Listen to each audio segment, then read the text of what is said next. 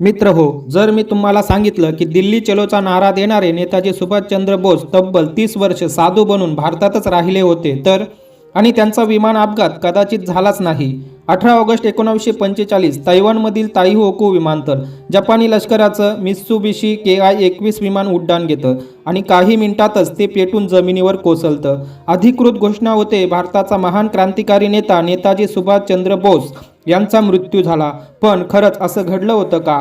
आज जवळजवळ 80 वर्षांनंतरही हा प्रश्न भारताच्या प्रत्येक इतिहासप्रेमी मनाला छळतोय. अनेक तपास समित्या, हजारो कागदपत्र आणि तरीही नेताजींचा मृत्यू आजही जगातलं सर्वात मोठं राजकीय रहस्य आहे. आजच्या व्हिडिओमध्ये आपण अशा पुराव्याबद्दल बोलणार आहोत जे अधिकृत विमान अपघाताच्या कथेला थेट आव्हान देतात. नमस्कार मित्रांनो, मी अविनाश आणि आपण पाहत आहात SV मराठी. चला तर मग सुरू करूया.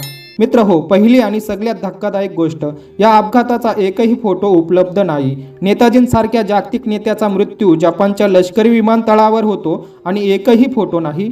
दुसरी बाब, हॉस्पिटल रेकॉर्ड्स.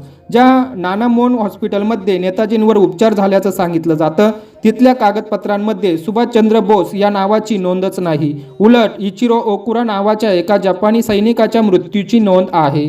तिसरी विसंगती, प्रत्यक्षदर्शींच्या साक्षी. कर्नल हबीब उर रहमान सांगतात नेताजी गंभीररित्या भाजले होते, पण इतर साक्षीदार वेगवेगळे तपशील देतात. मग प्रश्न उभा राहतो, हे सगळं केवळ एक अपघात होता की ब्रिटिशांच्या हाती लागण्यापासून वाचण्यासाठी रचलेला एखादा एक्सेप्ट प्लॅन?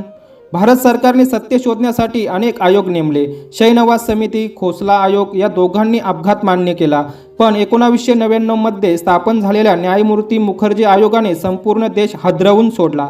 न्यायमूर्ती मुखर्जी स्वतः तैवानला गेले, तिथल्या लष्करी नोंदी तपासल्या आणि निष्कर्ष, 18 ऑगस्ट 1945 रोजी ताइहोकू विमानतळावर असा कोणताही विमान अपघात घडलाच नाही.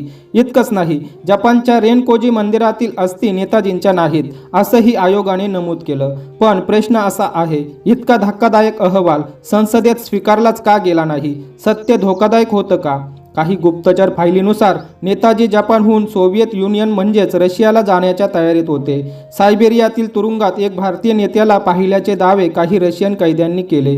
पण सगळ्यात चर्चित आणि वादग्रस्त थ्योरी, गुमनामी बाबा. उत्तर प्रदेशाच्या फौजाबादमध्ये एक रहस्यमयी साधू राहत होते.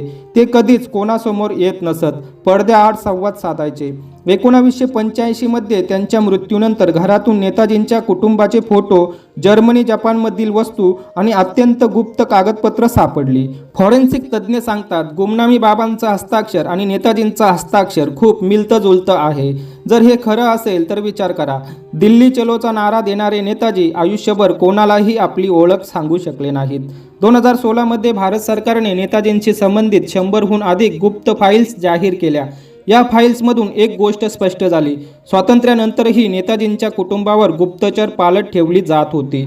जर नेताजी 1945 मध्येच मृत झाले असते तर ही पाळत का? ब्रिटिश सरकारलाही अनेक वर्ष संशय होता की नेताजी जिवंत असून रशियामध्ये आहेत. मित्रांनो, नेताजी सुभाषचंद्र बोस ही केवळ एक व्यक्ती नव्हते, ते एक विचार होते, एक वादळ होते. त्यांचा मृत्यू झाला की नाही हे आजही वादाचं कारण असलं तरी जय हिंदचा नारा आजही जिवंत आहे. जर उद्या रशियाच्या किंवा जपानच्या फायली उघडल्या आणि सिद्ध झालं की नेताजी जिवंत होते तर इतिहासाची पुस्तकं बदलावी लागतील का? तुमचं मत काय आहे? कमेंट्समध्ये नक्की सांगा. व्हिडिओ आवडला असेल तर लाईक करा आणि अशाच रहस्यमय इतिहासासाठी चॅनेलला सबस्क्राईब करा. जय हिंद.